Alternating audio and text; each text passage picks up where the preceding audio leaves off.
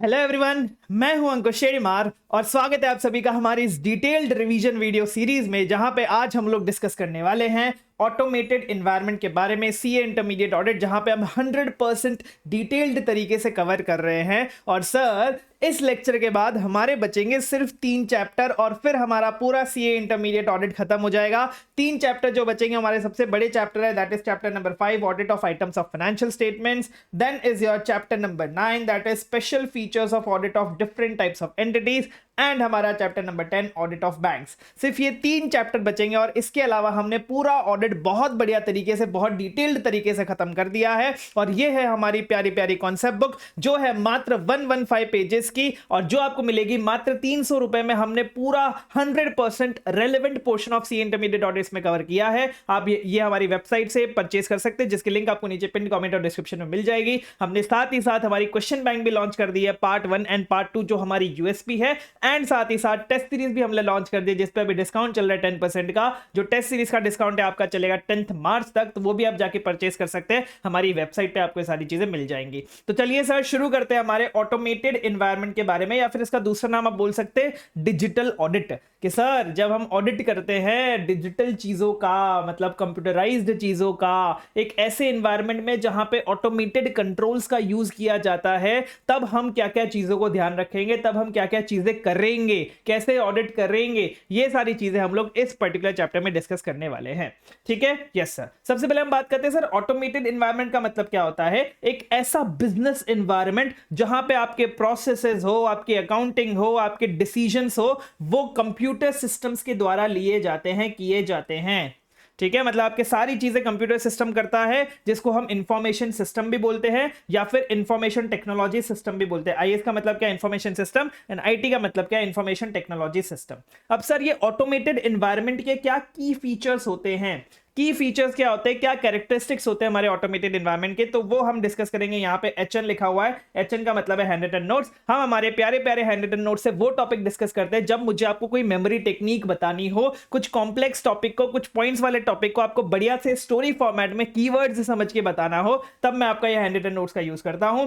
इस hand written notes की PDF भी आपको हमारे टेलीग्राम चैनल और व्हाट्सएप चैनल पर मिल जाएगी, जिन चैनल्स के लिंक हमारे पिन कमेंट और डिस्क्रिप्शन में आपको मिल जाएगी। आप वहां से जाके एक्सेस कर सकते हैं हमारे प्यारे प्यारे हैंड रिटन नोट्स को भी, गूगल ड्राइव की लिंक है। ठीक है, तो सर हम बात करते हैं की फीचर्स ऑफ ऑटोमेटेड एनवायरनमेंट के बारे में कि सर कैरेक्टरिस्टिक्स क्या है ऑटोमेटेड एनवायरनमेंट के। तो ये हमें एक इंफॉर्मेशन प्रोवाइड करता है। क्या करता है सर, ये इंफॉर्मेशन प्रोवाइड करता है। किस बारे में इंफॉर्मेशन प्रोवाइड करता है, लार्ज वॉल्यूम ऑफ ट्रांजैक्शंस के बारे में हमें ये इंफॉर्मेशन प्रोवाइड करता है। अब ये इंफॉर्मेशन प्रोवाइड क्यों करता है हमें, ताकि हम इसकी जो प्रोसेसिंग है, इतने बड़े बड़े इतने सारे ट्रांजैक्शंस है ना, इसकी प्रोसेसिंग हम जल्दी से जल्दी कर पाए, फास्टर डेटा प्रोसेसिंग कर पाए, इसलिए हमें इंफॉर्मेशन प्रोवाइड करता है। अब ये जो हमें इंफॉर्मेशन प्रोवाइड करता है, इससे हम नेटवर्किंग एंड इंटीग्रेशन भी करते हैं। नेटवर्किंग मतलब क्या, एक नेटवर्क जाल बिछाना, अपना सबको कनेक्ट करना एक दूसरे में, और इंटीग्रेशन में मतलब क्या, सबको साथ में लेके आना। तो नेटवर्किंग एंड इंटीग्रेशन में ये इंटीग्रेशन करने के लिए हमें इंफॉर्मेशन प्रोवाइड करता है। जैसे ही हमारा नेटवर्किंग और इंटीग्रेशन हो जाता है, वैसे ही अगर अलग अलग प्रोसेसेस साथ में आ जाए तो सिक्योरिटी बढ़ जाती है। कि सर, मैं एक काम खुद कर रहा हूं और एक काम मैं ग्रुप के साथ कर रहा हूं, तो मेरे एरर होने के चांसेस, मेरे ह्यूमन एरर होने के चांसेस कम हो जाते हैं, उससे मुझे सिक्योरिटी मिल जाती है। ये हैं आपके 8 पॉइंट्स जो हमने अभी डिस्कस कर लिए बातों ही बातों में, की फीचर्स ऑफ ऑटोमेटेड एनवायरनमेंट के लिए, जो हम यहां से डिस्कस करते हैं। आपको बस ये जो कीवर्ड्स हैं इनको लिखना है और इसको अंडरलाइन करना है। ये वाले जो कीवर्ड्स हैं आपको लिख के अंडरलाइन करने हैं, तो आपको फुल में से फुल मार्क्स मिलेंगे। क्या बोल रहा है सर, सबसे पहले कि ये प्रोवाइड करता है हमें लेटेस्ट इंफॉर्मेशन के बारे में। ये हमें बताता है एबिलिटी टू, इसके पास एबिलिटी है to process large volume of transactions, ये लार्ज वॉल्यूम ऑफ ट्रांजैक्शंस को प्रोसेस कर सकता है। Next, enables faster business operation, ये हमें जल्दी से जल्दी काम करने में मदद करता है। ये डेटा प्रोसेसिंग इसमें जो भी होती है वो एक्यूरेट होती है। अब मैनुअली करते हैं ना, तो हमें कुछ दिक्कत आ जाती है, कहीं जीरो हमने हटा दिया, कहीं लगा दिया, लेकिन यहाँ पे जो डेटा प्रोसेसिंग होती है वो एकदम एक्यूरेट होती है। ये कनेक्टिविटी एंड नेटवर्किंग में भी हेल्प करता है। इंटीग्रेशन लेके आता है अमॉन्ग स्ट्रॉन्ग बिजनेस ऑपरेशन, सारे बिजनेस ऑपरेशंस को मिलाने में हेल्प करता है। नेक्स्ट आपका better security and controls provide करता है, इसमें ह्यूमन एरर्स होने के कम चांसेस होते हैं। ये है आपके 8 की फीचर्स ऑफ ऑटोमेटेड एनवायरनमेंट। अब बात करते हैं सर ये ऑटोमेटेड एनवायरनमेंट है तो सही, लेकिन मुझे इसको समझना पड़ेगा, मुझे इसको डॉक्यूमेंट करना पड़ेगा, अपने डॉक्यूमेंट में मुझे लिखना पड़ेगा कि ऑटोमेटेड एनवायरनमेंट कैसा दिखता है इस पर्टिकुलर एंटिटी का। तो फिर मैं कैसे अंडरस्टैंड करूंगा, क्या डॉक्यूमेंट करूंगा? सबसे पहले मैं ये पता लगाऊंगा कि इनका जो ऑटोमेटेड एनवायरनमेंट है वो है कहां पे, लोकेशन क्या है, मतलब क्या घर के अंदर है या फिर घर के बाहर है। सबसे पहली चीज कहां पे है। दूसरी क्या है, मतलब जो इंफॉर्मेशन सिस्टम ये लोग यूज कर रहे हैं, ऑटोमेटेड एनवायरनमेंट मतलब क्या होता है, इंफॉर्मेशन सिस्टम। यहां पे आप ध्यान देंगे ये वाला इंफॉर्मेशन सिस्टम मैंने लिखा है, वही सेम चीज कि ये इंफॉर्मेशन सिस्टम जो है इसका पर्पस क्या है, इसको कैसे बनाया गया है और इसको कब बनाया गया था, कौन सा वर्जन चल रहा है अभी इसका, क्या पर्पस है, कैसे बनाया गया है एंड कब बनाया गया था। ठीक है, कैसे बनाया गया में आप एक और पॉइंट देख सकते हैं कि क्या इंटरफेस है इसके अंदर, इंटरफेस जिससे हम इंटरेक्ट करने वाले हैं वो इंटरफेस कैसा है और ये किसने बनाया था, की पर्सन्स कौन है।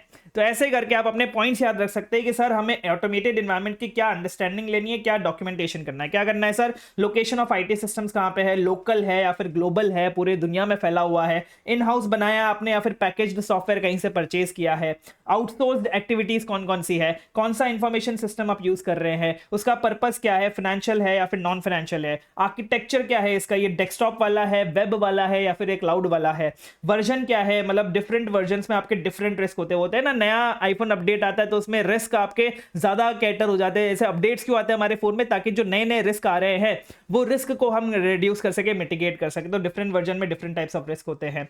इंटरफेस क्या है सिस्टम के अंदर, एंड लास्ट में कौन से की पर्सन है जो इसमें इन्वॉल्व थे ऑटोमेटेड एनवायरनमेंट में। ये है आपकी अंडरस्टैंडिंग, ये आपको डॉक्यूमेंट करना है ऑटोमेटेड एनवायरनमेंट के बारे में।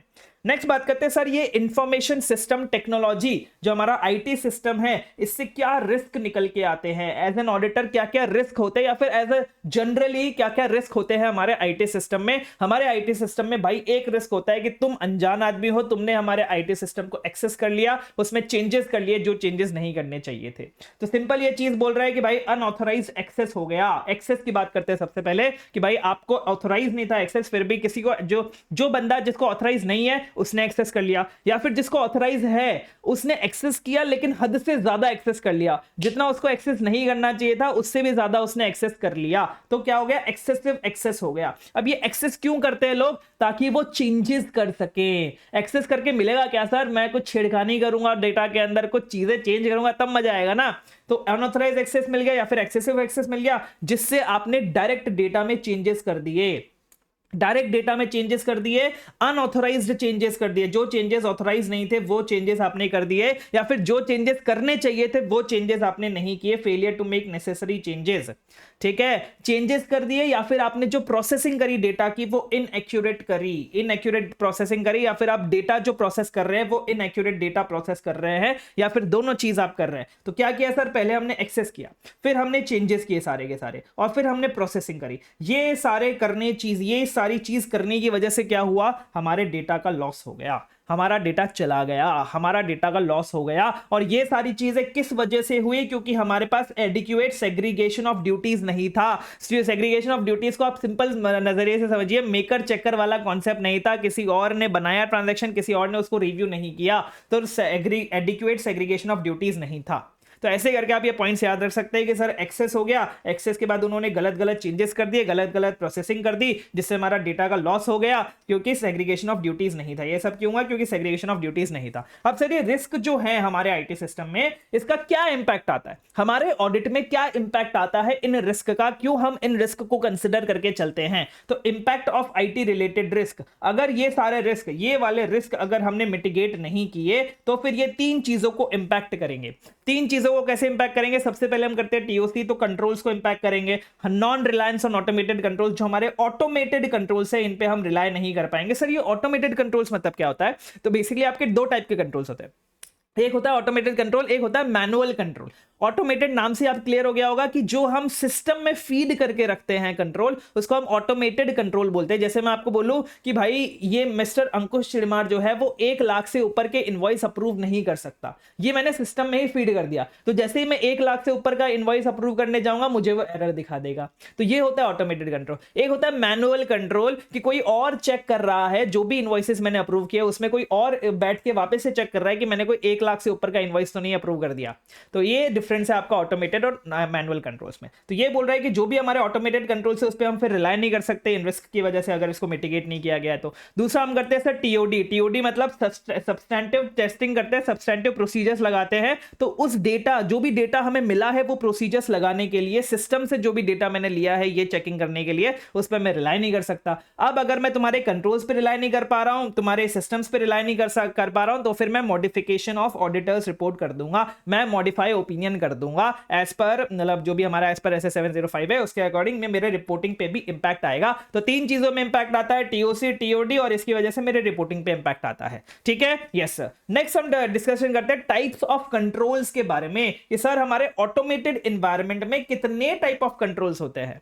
तो हमारे ऑटोमेटेड एनवायरनमेंट में 3 टाइप ऑफ कंट्रोल्स होते हैं। एक होता है आपका जनरल आईटी कंट्रोल्स, एक होता है जनरल आईटी कंट्रोल्स, दूसरा होता है आपका एप्लीकेशन कंट्रोल्स, एंड तीसरा होता है सर आपका आईटी डिपेंडेंट कंट्रोल्स। ठीक है, ये 3 टाइप के हमारे कंट्रोल्स होते हैं। सबसे पहले हम बात करते हैं सर जनरल आईटी कंट्रोल्स की। सर ये जनरल आईटी कंट्रोल्स क्या होता है, तो नाम से ही आप क्लियर हो गया होगा, ये जनरली हमारे एंटिटी पे लगता है। जनरली लगता है मतलब क्या, ये बहुत सारे एप्लीकेशंस पे लगता है एंड ये सपोर्ट देता है एप्लीकेशन कंट्रोल के लिए, ये सपोर्ट देता है ताकि एप्लीकेशन कंट्रोल्स अच्छे से काम कर सके।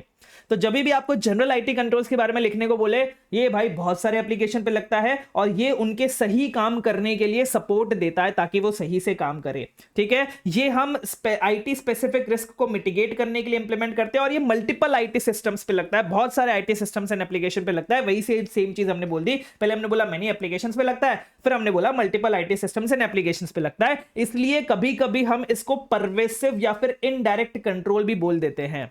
ये किसी स्पेसिफिक चीज पे तो लग नहीं रहा, ये इनडायरेक्टली सब पे ही लग रहा है, इसलिए हम इसको इनडायरेक्ट कंट्रोल बोल देते हैं या फिर परवेसिव कंट्रोल बोल देते हैं। सर परवेसिव का मतलब क्या है, तो परवेसिव आपको बहुत चीज इंपॉर्टेंट है जो आपके SS 705 में भी आएगी। परवेसिव का मतलब होता है फैला हुआ, पूरी एंटिटी में फैला हुआ है। इस कंटेक्स्ट में, जनरल आईटी कंट्रोल के कंटेक्स्ट में क्या है, पूरी एंटिटी में फैला हुआ ये कंट्रोल है, इसको हम परवेसिव का मतलब फैला हुआ कंट्रोल है। ठीक है, तो परवेसिव या फिर इनडायरेक्ट कंट्रोल में इसका नाम दे देते हैं। अब ये जो जनरल आईटी कंट्रोल्स है इसके 4 पार्ट होते हैं, 4 इसके अंदर सब कैटेगरीज होती है। आपके 4 जनरल आईटी कंट्रोल्स होते हैं। एक है आपका data centre and network operation, दूसरा हमारा प्रोग्राम चेंज, तीसरा एक्सेस सिक्योरिटी एंड चौथा application system acquisition development and maintenance. अब क्या सर, अब क्या होगा इसमें मैं आपको बताता हूं, इसमें क्वेश्चंस कैसे आएंगे आपको। इसमें या तो आपको बोल देगा टाइप्स ऑफ कंट्रोल्स के बारे में बता दो, तो आपको सारा बताना पड़ेगा कि भाई जनरल आईटी है, इसके अंदर ये है, ऑटोमेटेड कंट्रोल्स है, आईटी डिपेंडेंट मैनुअल कंट्रोल्स है।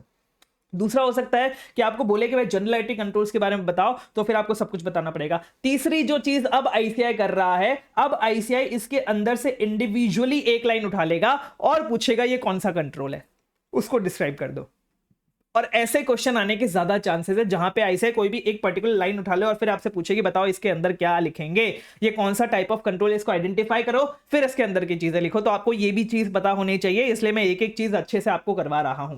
क्या बोल रहा है सर, ये data centre and network operations. Data centre and network operations मतलब क्या, इसका ऑब्जेक्टिव क्या होता है, इस टाइप ऑफ कंट्रोल का क्या ऑब्जेक्टिव होता है कि हमारे जितने भी प्रोडक्शन सिस्टम्स है उनको हम ऐसे प्रोसेस करें, हमारे प्रोडक्शन सिस्टम ऐसे काम करे जिससे हम अपने एफआर ऑब्जेक्टिव्स को मीट कर पाए। सर ये एफआर मतलब क्या था, एफआर मतलब है फाइनेंशियल रिपोर्टिंग। आपके जो फाइनेंशियल स्टेटमेंट्स बनाने की प्रोसेस है उसको हम बोलते हैं एफआर। तो हमारे जो फाइनेंशियल स्टेटमेंट्स बनाने की प्रोसेस में जो भी हमारे ऑब्जेक्टिव्स है उनको हम मीट कर पाए, फुलफिल कर पाए, ऐसा हमें प्रोडक्शन सिस्टम बनाना है, ऐसा हमें प्रोडक्शन सिस्टम चलाना है। इस पर्टिकुलर कंट्रोल का ये ऑब्जेक्टिव है। ठीक है, तो आपको ये पर्टिकुलर लाइन दे देंगे और बोलेंगे बताओ ये कौन सा कंट्रोल क्या ऑब्जेक्टिव है, तो आपको बताना पड़ेगा data centre and network operations. इसमें कौन कौन सी एक्टिविटीज आती है। अब इंडिविजुअल आपको एक्टिविटीज के बेसिस पे भी क्वेश्चन पूछ लेंगे, बोले बताओ कि कोई भी एक एक्टिविटी उठा के दे देंगे और बोलेंगे बताओ ये कौन से कंट्रोल के अंदर आती है, उसको डिस्क्राइब करो। तो इसलिए आपको एक्टिविटीज भी पता होनी चाहिए। कौन कौन सी एक्टिविटीज आती है सर, इसमें ओवरऑल मैनेजमेंट देखते हैं हम कंप्यूटर ऑपरेशन का, इसमें हम बैच जॉब्स को प्रिपेयर करते हैं, शेड्यूल करते हैं, एग्जीक्यूट करते हैं, बैकअप्स को मॉनिटर करते हैं, स्टोर करते हैं, हैं, रिटेन करते हैं। बिजनेस कंटिन्यूटी प्लान आता है, डिजास्टर रिकवरी प्लान आता है, बिजनेस कंटिन्यूटी कैसे करेंगे, कोई डिजास्टर हो गया तो उससे रिकवर कैसे करेंगे, ये सारी चीजें आपका data centre and network operations में आता है। नेक्स्ट दूसरा क्या है सर हमारा प्रोग्राम चेंज। इसके नाम से आप क्लियर हो गया होगा कि इसका ऑब्जेक्टिव क्या है कि जो भी हमारे सिस्टम्स है जिनको हमने मॉडिफाई किया है वो एफआर ऑब्जेक्टिव्स को मीट करने चाहिए। पहले तो हमने चेक कर लिया कि एफआर ऑब्जेक्टिव्स को मीट कर रहे हैं कि नहीं कर रहे, लेकिन जैसे ही हमने कुछ भी मॉडिफिकेशन किया अपने सिस्टम में, कुछ भी चेंज किया अपने सिस्टम में, तो वो भी हमारे एफआर ऑब्जेक्टिव्स को मीट करने चाहिए। इसमें क्या क्या एक्टिविटीज आती है, जो चेंज मैनेजमेंट का हमारा प्रोसेस है, इसमें हम चेंज रिक्वेस्ट को रिकॉर्ड करेंगे, मैनेज करेंगे, ट्रैक करेंगे, चेंजेस को टेस्ट करेंगे, तो इसमें सारी चेंजेस वाली चीजें आती है, ये याद रखना। नेक्स्ट थर्ड चीज क्या है सर, एक्सेस सिक्योरिटी। एक्सेस को सिक्योर करना, मतलब इसका ऑब्जेक्टिव क्या है कि जो हमारा डेटा का एक्सेस है वो ऑथेंटिकेटेड रहे एंड ऑथराइज्ड रहे। जो भी डेटा को एक्सेस कर सकता हो वही बंदा कर सकता हो जो ऑथेंटिकेटेड है एंड जो ऑथराइज्ड है, ताकि हमारे एफआर ऑब्जेक्टिव्स मीट हो सके। मतलब हर जगह एफआर ऑब्जेक्टिव्स मीट करने वाली लाइन तो आ ही रही है। अब एक्सेस सिक्योरिटी में क्या चीज आएंगी, जो सिक्योरिटी हम एक्सेस के लिए प्रोवाइड करते हैं, जैसे security organization and management, security policies and procedures, हमारा application security, data security, operating system security, network security, physical security, सारी सिक्योरिटी वाली चीजें आपके एक्सेस सिक्योरिटी में आ जाएंगी। तो ऐसे करके आप इंडिविजुअली आराम से याद रख सकते हैं कि सर ये कौन सी एक्टिविटी किसके अंदर आ रही है, क्योंकि वो नाम से थोड़ी बहुत रिलेटेड होती है।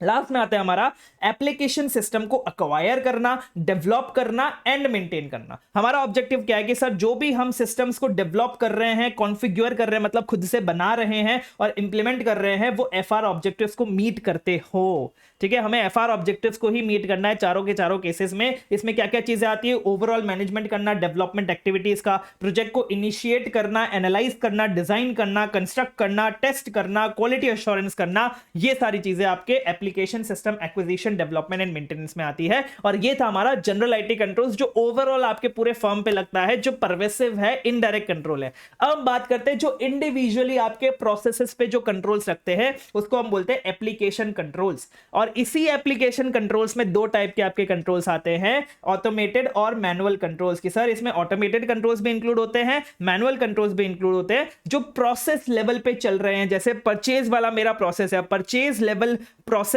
पे जो भी कंट्रोल्स हैं उनको मैं बोलता हूं एप्लीकेशन कंट्रोल्स। ये मुझे तीन चीजों में हेल्प करते हैं, डेटा की कंप्लीटनेस चेक करने के लिए, डेटा की एक्यूरेसी मेंटेन करने के लिए, डेटा की इंटीग्रिटी मेंटेन करने के लिए कि किसी ने छेड़खानी ना करी हो मेरे डेटा से। ये मुझे एप्लीकेशन कंट्रोल हेल्प करते हैं इंश्योर करने में। इसमें क्या एग्जांपल आते हैं, एडिट चेक करना, सीक्वेंस का नंबर चेक करना, यूजर का लिमिट चेक करना, रीजनेबलनेस का चेक करना, ये सारे चेक्स वाली चीजें आती है हमारे एप्लीकेशन कंट्रोल में। एंड लास्ट हम लोग डिस्कशन करेंगे sir IT dependent control. Sir ये आईटी डिपेंडेंट कंट्रोल क्या होता है? एक होता है आपने जनरल आईटी कंट्रोल बता दिया, एप्लीकेशन कंट्रोल बता दिया, ये आईटी डिपेंडेंट कंट्रोल क्या है? इसके नाम से ये क्लियर हो जाएगा। ये मैनुअल कंट्रोल्स होते हैं जो उन डेटा का यूज करते हैं जो हमने आईटी सिस्टम्स एंड एप्लीकेशंस की मदद से प्रोड्यूस करी है। मतलब हमने आईटी सिस्टम्स, आईटी मैनुअल से हमने कुछ डेटा निकाला, अब इस पे मैं एक मैनुअल कंट्रोल लगा रहा हूं, तो ये क्या हो गया? आईटी डिपेंडेंट कंट्रोल, क्योंकि आईटी के रिपोर्ट्स पे डिपेंडेंट है, इसलिए हम इसको बोलते हैं आईटी डिपेंडेंट कंट्रोल। अब आप मुझे एक बात बताइए, क्योंकि ये हमारा IT dependent controls and application controls दोनों हमारे आईटी पे डिपेंडेंट है, दोनों इंफॉर्मेशन टेक्नोलॉजी पे डिपेंडेंट है, इसलिए इन दोनों की इफेक्टिवनेस, की कितना इफेक्टिव होंगे अपने काम में, कितने रिलाय हम कर सकते हैं इन कंट्रोल्स पे, ये डिपेंड करता है कि आपका जनरल आईटी कंट्रोल्स कितना इफेक्टिव है। आपका ऊपर वाला जो माई बाप है, जैसे मैंने आपको बोला था ना कि टीसीडब्ल्यूजी मैनेजमेंट ऊपर बैठे, अगर वही एथिकल नहीं होंगे, वही इंटीग्रिटी वाले बंदे नहीं होंगे, तो नीचे वाले बंदे क्या खाक ढंग से काम करेंगे? वही सेम चीज यहां पे है कि अगर आपका general IT control he effective नहीं है, बेकार है, तो फिर आपका एप्लीकेशन कंट्रोल और आपका आईटी डिपेंडेंट कंट्रोल भी बेकार होगा। ठीक है, तो ये दोनों अगर हमारा जनरल कंट्रोल्स इफेक्टिव है तो ही हमारा ये इफेक्टिवनेस एंड रिलायबिलिटी हो सकती है application controls and IT dependent controls की। अब आपको एक इंडिविजुअल क्वेश्चन आ सकता है कि सर रिलेशनशिप बताइए general IT control and application controls में, तो हम सिर्फ इतने से दो वर्ड लिखेंगे। सबसे पहली चीज कि ये दोनों इंटर रिलेटेड है, दूसरी चीज कि भाई जनरल आईटी कंट्रोल चाहिए होता है ताकि हम एप्लीकेशन कंट्रोल्स को अच्छे से काम करवा सके, ताकि हम एप्लीकेशन कंट्रोल्स को सपोर्ट कर सके, एंड दोनों चाहिए होता है ताकि हम इंश्योर कर पाए complete and accurate information processing. मतलब सिर्फ जनरल आईटी कंट्रोल होगा तो भी हम ऐसा नहीं है कि हाँ भाई सब कुछ सही है, सब कुछ सही है, और सिर्फ एप्लीकेशन कंट्रोल होगा तो भी सब कुछ सही है, सब कुछ सही है, ऐसा नहीं बोल सकते। दोनों की जरूरत पड़ती है ताकि हम ये बोल पाए कि जो भी इंफॉर्मेशन की प्रोसेसिंग हो रही है वो कंप्लीट है एंड एक्यूरेट है, क्योंकि जनरल आईटी कंट्रोल आपका ऊपर से काम करता है और एप्लीकेशन कंट्रोल आपका इंडिविजुअल लेवल पे काम करता है, इसलिए। ठीक है, यस सर। चलिए नेक्स्ट हम लोग डिस्कशन कर रहे हैं सर, नेक्स्ट हम ये बोल रहे हैं क्या मेथड्स हम यूज कर सकते हैं ऑटोमेटेड एनवायरनमेंट को टेस्ट करने के लिए। अभी तक तो हमने क्या पढ़ा, अभी तक तो हमने ऑटोमेटेड एनवायरनमेंट के बारे में पढ़ा। अब पढ़ेंगे हम एज एन ऑडिटर क्या क्या चीजें करते हैं इस ऑटोमेटेड एनवायरनमेंट को टेस्ट करने के लिए। तो सर हमने जैसे हमने पढ़ा था sir audit procedures to obtain audit evidence, इसमें मैं inquiry, observation, reperformance, recalculation, ये सारी चीजें, अपना एक्सटर्नल कंफर्मेशन, ये सारी चीजें हमने पढ़ी थी, ठीक है। उसमें से सिर्फ 4 प्रोसीजर्स हमें यहाँ पे करने हैं ऑटोमेटेड एनवायरनमेंट में, और ये वही 4 प्रोसीजर्स है जो हमने रिस्क असेसमेंट इंटरनल कंट्रोल में भी डिस्कस किए थे। तो ये 4 प्रोसीजर ज्यादा इंपॉर्टेंट है, आप इससे समझ सकते हैं। कौन से 4 प्रोसीजर सर? 4 टाइप की ऑडिट टेक्स्ट है। सबसे पहले इंक्वायरी करो, इंक्वायरी के बाद ऑब्जर्वेशन करो, ऑब्जर्वेशन के बाद उस डॉक्यूमेंट्स का इंस्पेक्शन करो, और फिर खुद से परफॉर्म करो, री परफॉर्मेंस। तो inquiry, observation, inspection and re performance. अब इसमें इंडिविजुअली बताएगा इंडिविजुअली क्या क्या चीजें सही है।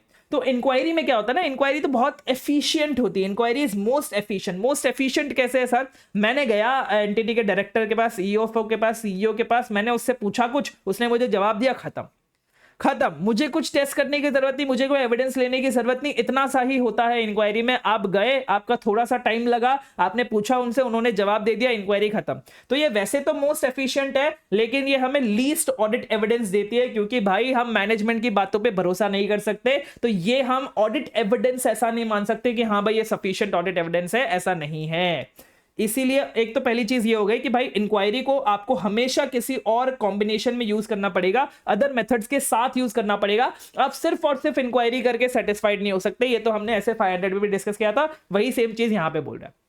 दूसरी चीज बोल रहा है री परफॉर्मेंस के बारे में। री परफॉर्मेंस मतलब क्या? भाई एंटिटी ने जो काम किया है आप खुद ही वो काम करके देख लो, तो आपको खुद ही पता चल जाएगा कि भाई एंटिटी जो बोल रही है वो सही बोल रही है कि नहीं बोल रही। तो री परफॉर्मेंस हमें बहुत मोस्ट इफेक्टिव मेथड, ये बहुत बढ़िया ऑडिट एविडेंस प्रोवाइड करता है। हम खुद ही चेक कर लेंगे, खुद ही सब कुछ री परफॉर्म करके देख लेंगे, परफॉर्म करके देख लेंगे कि ये सही काम कर रहा है कि नहीं कर रहा है। ये वैसे तो मोस्ट इफेक्टिव है, लेकिन ये टाइम कंज्यूमिंग बहुत ज्यादा है यार। खुद से अगर हम सारी चीजें परफॉर्म करने लग गए तो कितना टाइम लग जाएगा, इसलिए ये टाइम कंज्यूमिंग ज्यादा है और ये लीस्ट एफिशिएंट है, क्योंकि इसमें टाइम ज्यादा लगता है और आउटपुट हमें कम मिलता है।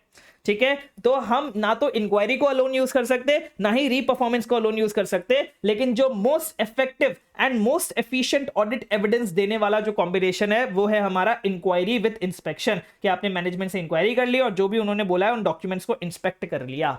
ये हमारा most effective and most efficient है। अब वैसे तो आपको ये पूरा का पूरा जो है एक पैराग्राफ में पूछ सकते हैं, या फिर ये इंडिविजुअल एमसीक्यूज के फॉर्म में भी आ सकता है।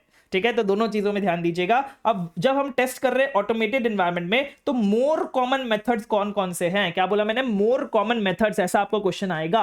तो मोर कॉमन मेथड्स कौन कौन से हैं सर? 3 मेथड है जो हमने अभी डिस्कस किए। एक है हमारा इंक्वायरी, एक है हमारा ऑब्जर्वेशन, और एक है हमारा इंस्पेक्शन। क्या बोला सर? सबसे पहले इंक्वायरी लेंगे। किस बात की सर? इंक्वायरी लेंगे। इंक्वायरी लेके अंडरस्टैंड करेंगे कि कैसे एक ऑटोमेटेड ट्रांजैक्शन प्रोसेस किया जाता है, वॉक थ्रू करके। क्या बोला sir? Walk through. Walk through मतलब क्या? चलना। चलना मतलब क्या कि भाई हम उनसे पूछेंगे कि आप मुझे बताइए कि एक पूरा ट्रांजैक्शन स्टार्टिंग से लेके एंडिंग तक आप कैसे प्रोसेस करते हो, कौन करता है, क्या करता है, कौन अप्रूव करता है, कौन चेंज करता है, कौन क्या करता है, इसमें सारी चीजें ये आप मुझे बताइए। तो सबसे पहले हम अंडरस्टैंडिंग लेंगे। अब हमने अंडरस्टैंडिंग ले ली, अब मैं उनको ऑब्जर्व करूंगा वो ट्रांजैक्शन करते हुए। तो अभी मैंने थियोरेटिकल अंडरस्टैंडिंग ली ना, अब मैं उनको ऑब्जर्व करूंगा कि एक यूजर कैसे ट्रांजैक्शन को प्रोसेस करता है। एंड तीसरी चीज, जो भी डॉक्यूमेंट्स होंगे, जो भी कॉन्फ़िगरेशंस होंगे, उनको मैं खुद इंस्पेक्ट करूंगा।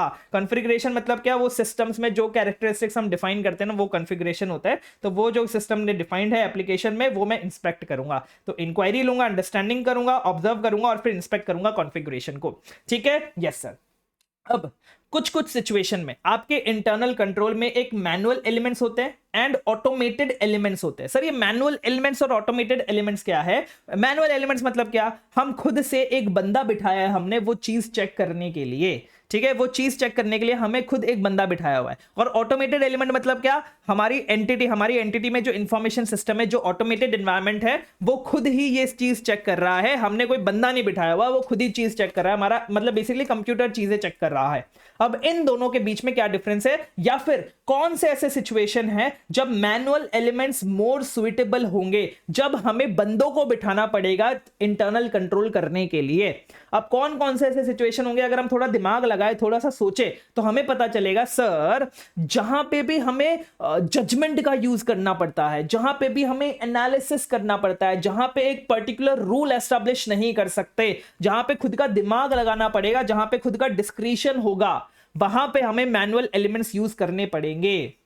समझे? जहां पे हमें खुद का दिमाग चाहिए, जहां पे किसी इंसान का प्रोफेशनल जजमेंट चाहिए, वहां पे हमें मैनुअल एलिमेंट्स यूज करने पड़ेंगे। क्या चीज में बोल रहा है, एक बार हम लोग डिस्कशन कर लेते हैं यहां से। कहां पे कौन से ऐसे सर्कमस्टेंसेस है जहां पे आपको मैनुअल एलिमेंट्स को यूज करना पड़ेगा। सबसे पहला उन ट्रांजैक्शंस के लिए जो ट्रांजैक्शंस में चेंजिंग सर्कमस्टेंसेस की वजह से एरर्स आ सकते हैं। क्या बोला मैंने, हमें मैनुअल एलिमेंट्स को उन ट्रांजैक्शंस के लिए यूज करना पड़ेगा जहां पे चेंजिंग सर्कमस्टेंसेस में एरर्स आ सकते हैं। और ये एरर्स क्यों आए सर, क्योंकि आपका ऑटोमेटेड कंट्रोल जो है वो इनइफेक्टिव है। एक होता है आपका मैनुअल कंट्रोल, एक होता है ऑटोमेटेड कंट्रोल। तो वो ट्रांजैक्शन में चेंजिंग सर्कमस्टेंसेस की वजह से जो एरर्स आए हैं वो क्यों आए हैं, क्योंकि आपका जो ऑटोमेटेड कंट्रोल है वो इनइफेक्टिव है, वो काम ढंग से नहीं कर रहा है। ये 4 पॉइंट है हमारे, जिन 4 पॉइंट में हमें मैनुअल एलिमेंट्स को यूज करना पड़ता है। क्या 4 पॉइंट है सर? सबसे पहला, हमारी ट्रांजैक्शन, कोई लार्ज ट्रांजैक्शन है, बड़ी ट्रांजैक्शन है, अनयूजुअल ट्रांजैक्शन है, नॉन रिकरिंग ट्रांजैक्शन, मतलब बार बार ये ट्रांजैक्शन नहीं होती, अनयूजुअल, कभी कभी रेयरली ये ट्रांजैक्शन होती है, जिसके लिए मैं ऑटोमेटेड कंट्रोल नहीं लगा सकता, जिसमें मुझे खुद का जजमेंट ही लगाना पड़ेगा, खुद का जजमेंट ही लगा के देखना पड़ेगा। ये ट्रांजैक्शन है।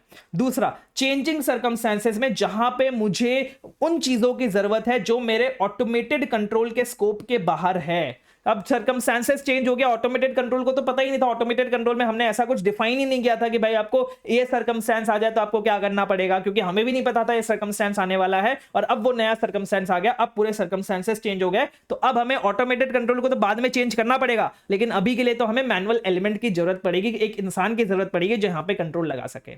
तीसरी चीज क्या है सर? उन सर्कमस्टेंसेस में जहां पे एरर्स डिफिकल्ट टू प्रेडिक्ट है, हम प्रेडिक्ट नहीं कर सकते कि यहां पे कौन से किस टाइप का एरर आएगा, हमें एक एक करके एनालाइज करना पड़ेगा, फिर हमें पता चलेगा कि एरर है या फिर नहीं है। एंड चौथी चीज, हमें मॉनिटर करना है, मॉनिटर करना है ऑटोमेटेड कंट्रोल को कि ऑटोमेटेड कंट्रोल इफेक्टिवली काम कर रहे हैं कि नहीं कर रहे। हम ऑटोमेटेड कंट्रोल खुद तो मॉनिटर नहीं करेंगे ना खुद को, हमें तो किसी एक बंदे को रखना पड़ेगा, भाई तुम देखो ये जो ऑटोमेटेड कंट्रोल मैंने लगाए हैं, ये ऑटोमेटेड कंट्रोल सही से काम कर रहे हैं कि नहीं कर रहे, वो चेक करने के लिए आपको एक मैनुअल एलिमेंट को रखना पड़ेगा। एक तो ये चीज हो गई। अब सर कौन सी ऐसी सिचुएशन है जहां पे हमें मैनुअल एलिमेंट्स की जरूरत नहीं है, जहां पे लेस सुइटेबल होंगे मैनुअल एलिमेंट्स रखना, वहां पे हमारा ऑटोमेटेड एलिमेंट्स जो है वो मोर सुइटेबल होंगे। तो वैसी ट्रांजैक्शंस जो आपकी रिकरिंग है, जो आपकी बार बार होती है, जो आपकी बहुत सारी ट्रांजैक्शंस है, हाई वॉल्यूम ऑफ ट्रांजैक्शंस है, रिकरिंग ट्रांजैक्शंस है, या फिर जहां पे एरर्स को डिफिकल्ट प्रेडिक्ट नहीं है, मतलब बेसिकली जहां पे एरर्स को हम प्रेडिक्ट कर सकते हैं, वहां पे हम मैनुअल कंट्रोल्स को यूज कर सकते हैं।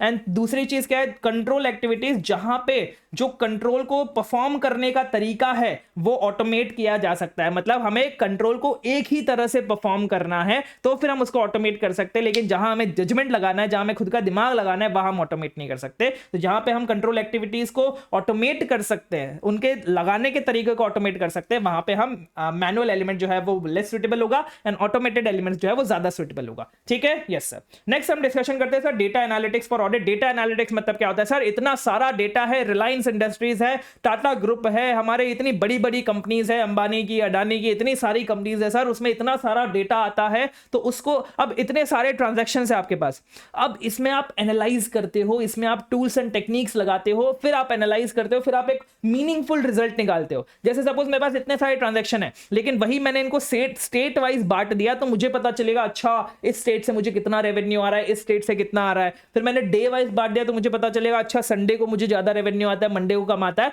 तो ऐसे ही कुछ टूल्स एंड टेक्निक्स, कुछ एनालिटिक्स लगा के आप जब डेटा को यूज करने की कोशिश करते हो, कुछ मीनिंगफुल निकालने की कोशिश करते हो, उसको हम बोलते हैं डेटा एनालिटिक्स। और वही चीज जब हम ऑडिट में यूज करने की कोशिश करते हैं, जब हम खुद कंप्यूटर में बैठ के ये सारी चीजें करते हैं, एनालिटिक्स बिठाते हैं, तो उसको हम बोलते हैं कंप्यूटर असिस्टेड ऑडिटिंग टेक्निक्स।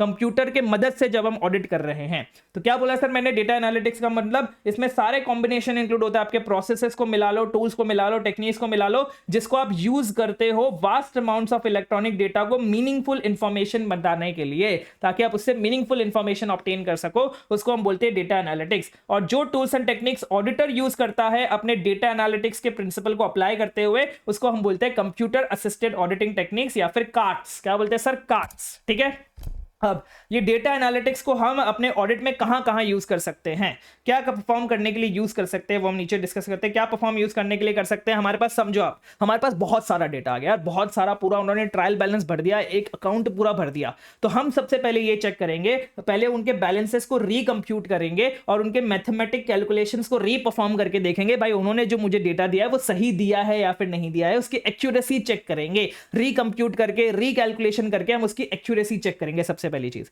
दूसरा, वो डेटा कंप्लीट है या फिर नहीं है वो मैं चेक करूंगा। पता चला कि भाई इनके फाइनेंशियल स्टेटमेंट्स में 1 लाख रुपए का ट्रेड रिसीवेबल दिख रहा है और इन्होंने जो मुझे डेटा दिया है वो 90,000 का ही दिया है, तो मैं फिर कंप्लीटनेस चेक करूंगा। पहले मैं उनकी एक्यूरेसी चेक करूंगा, टोटल कैलकुलेशंस रिकंप्यूट करके देखूंगा, रीपरफॉर्म करके देखूंगा, फिर मैं इनकी कंप्लीटनेस चेक करूंगा कि जो भी डेटा इन्होंने मुझे दिया है वो सही डेटा दिया है कि नहीं दिया। अब इतना सारा डेटा है सर, इतना सारा डेटा तो मैं चेक नहीं कर सकता, तो मैं करूंगा सैंपलिंग। फिर मैं करूंगा सैंपल सिलेक्ट करूंगा। कौन से सैंपल सिलेक्ट करूंगा, कुछ पर्टिकुलर जनरल एंट्रीज को मैं सिलेक्ट कर लूंगा। फिर जैसे ही मैंने सैंपल सिलेक्ट किया, जनरल एंट्रीज को टेस्ट किया, तो मुझे पता चला वहां पे फ्रॉड है। अब मैंने जब और छानबीन करी तो मुझे पता चला यहां पे कंट्रोल डेफिशिएंसी है, जिसकी वजह से फ्रॉड हुआ। तो ये हैं आपके 7 पॉइंट्स डेटा एनालिटिक्स के यूज के लिए। क्या डेटा एनालिटिक्स क्या परफॉर्म करने में यूज आता है, सबसे पहली चीज है आपका रिकंप्यूट करना बैलेंसेस को, मतलब पूरा ट्रायल बैलेंस को वापस से रिकंस्ट्रक्ट करना, वापस से बनाना, रीपरफॉर्म करना मैथमेटिकल कैलकुलेशंस को, चेक करना कंप्लीटनेस ऑफ डेटा एंड जो पॉपुलेशन उन्होंने दिया है, जो हम टीओसी में यूज करते हैं, सब्सटेंटिव टेस्ट में यूज करते हैं, सिलेक्शन करना ऑडिट सैंपल का, रैंडम सैंपलिंग यूज करके, सिस्टमैटिक सैंपलिंग यूज करके, एनालाइज करना जनरल एंट्रीज को, फ्रॉड को इन्वेस्टिगेट करना, एंड लास्ट में अपने कंट्रोल डेफिशिएंसीज के इंपैक्ट को इवैल्यूएट करना, कि कंट्रोल डेफिशिएंसी है तो उसका क्या इंपैक्ट आने वाला है। अब लास्ट में हमारे 2 छोटे छोटे पॉइंट्स बन गए, फिर हमारा बच गया हमारा, फिर ये डिजिटल ऑडिट जो है वो खत्म हो जाएगा। ये क्या बोल रहा है सर, यूज क्या है डिजिटल और टेक्नोलॉजी का ऑडिट में, हम ऑडिट में डिजिटल टेक्नोलॉजी को कैसे यूज कर सकते हैं। सबसे पहली चीज, बिजनेस प्रोसेसेस को अच्छे से समझने के लिए हम पहले पूरे बिजनेस प्रोसेस को अच्छे से समझेंगे, उसमें जो भी स्पेसिफिक एरिया है जहां पे हमें मोर अटेंशन देने की जरूरत है, कौन सा ऐसा एरिया है जहां पे मुझे ज्यादा अटेंशन देने की जरूरत है, उसको मैं आइडेंटिफाई करूंगा और उस एरिया में मैं रिस्क को एनालाइज करूंगा, बेटर आइडेंटिफाई कर पाऊंगा रिस्क को उस पर्टिकुलर एरिया में। ऐसे 3 पॉइंट है हमारे पास। क्या 3 पॉइंट है सर, सबसे पहला ऑडिटर यूज करते हैं आर्टिफिशियल इंटेलिजेंस का, डेटा एनालिटिक्स का, ताकि वो अंडरस्टैंड कर पाए बिजनेस प्रोसेस को बेटर तरीके से, बेहतर ढंग से हम बिजनेस प्रोसेस को अंडरस्टैंड करें।